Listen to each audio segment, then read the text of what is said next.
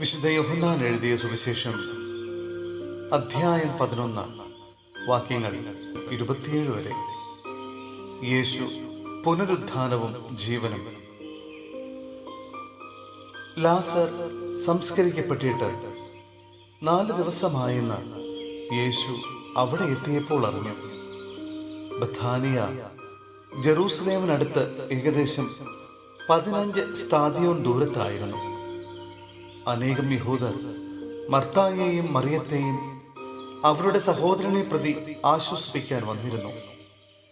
യേശു വരുന്നുണ്ടെന്ന് കേട്ടപ്പോൾ മർത്ത ചെന്ന് അവനെ സ്വീകരിച്ചു. എന്നാൽ മറിയം വീട്ടിൽ തന്നെയിരുന്നു. മർത്ത യേശുവിനോട് പറഞ്ഞു, കർത്താവേ, നീ ഇവിടെ ഉണ്ടായിരുന്നെങ്കിൽ എൻ്റെ സഹോദരൻ മരിക്കുകയില്ലായിരുന്നു. എന്നാൽ നീ ചോദിക്കുന്നത് എന്തും ദൈവം നിനക്ക് തരുമെന്ന് എനിക്കറിയാം. യേശു പറഞ്ഞു, നിന്റെ സഹോദരൻ ഉയർത്തെഴുന്നേൽക്കും.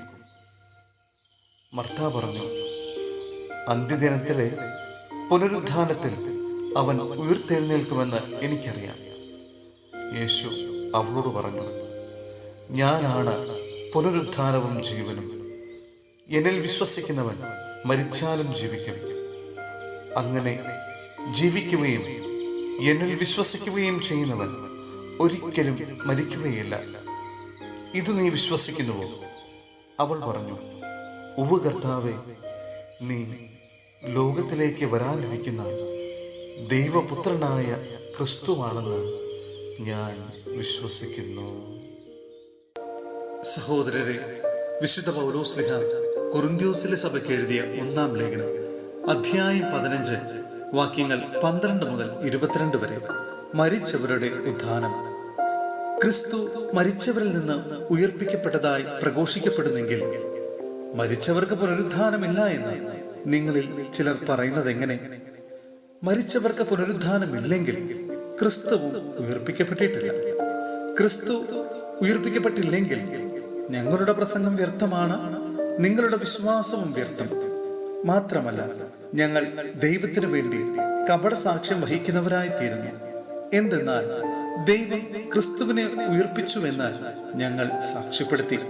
മരിച്ചവർ യഥാർത്ഥത്തിൽ ഉയർപ്പിക്കപ്പെടുന്നില്ലെങ്കിൽ ദൈവം ക്രിസ്തുവിനെയും ഉയർപ്പിച്ചിട്ടില്ല. മരിച്ചവർ ഉയർപ്പിക്കപ്പെടുന്നില്ലെങ്കിൽ ക്രിസ്തുവും ഉയർപ്പിക്കപ്പെട്ടിട്ടില്ല.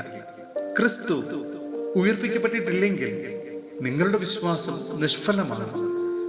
നിങ്ങൾ നിങ്ങളുടെ പാപങ്ങളിൽ തന്നെ വർദ്ധിക്കുന്നു. ക്രിസ്തുവിൽ നിദ്ര പ്രാപിച്ചവർ നശിച്ചു പോവുകയും ചെയ്തിരിക്കുന്നു.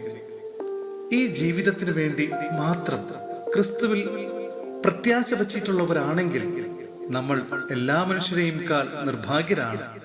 എന്നാൽ നിദ്ര പ്രാപിച്ച എല്ലാവരുടെയും ആദ്യഫലമായി ക്രിസ്തു മരിച്ചവരുടെ ഇടയിൽ നിന്ന് ഉയർപ്പിക്കപ്പെട്ടു. ഒരു മനുഷ്യൻ വഴി മരണമുണ്ടായതുപോലെ ഒരു മനുഷ്യൻ വഴി പുനരുത്ഥാനവും ഉണ്ടായി.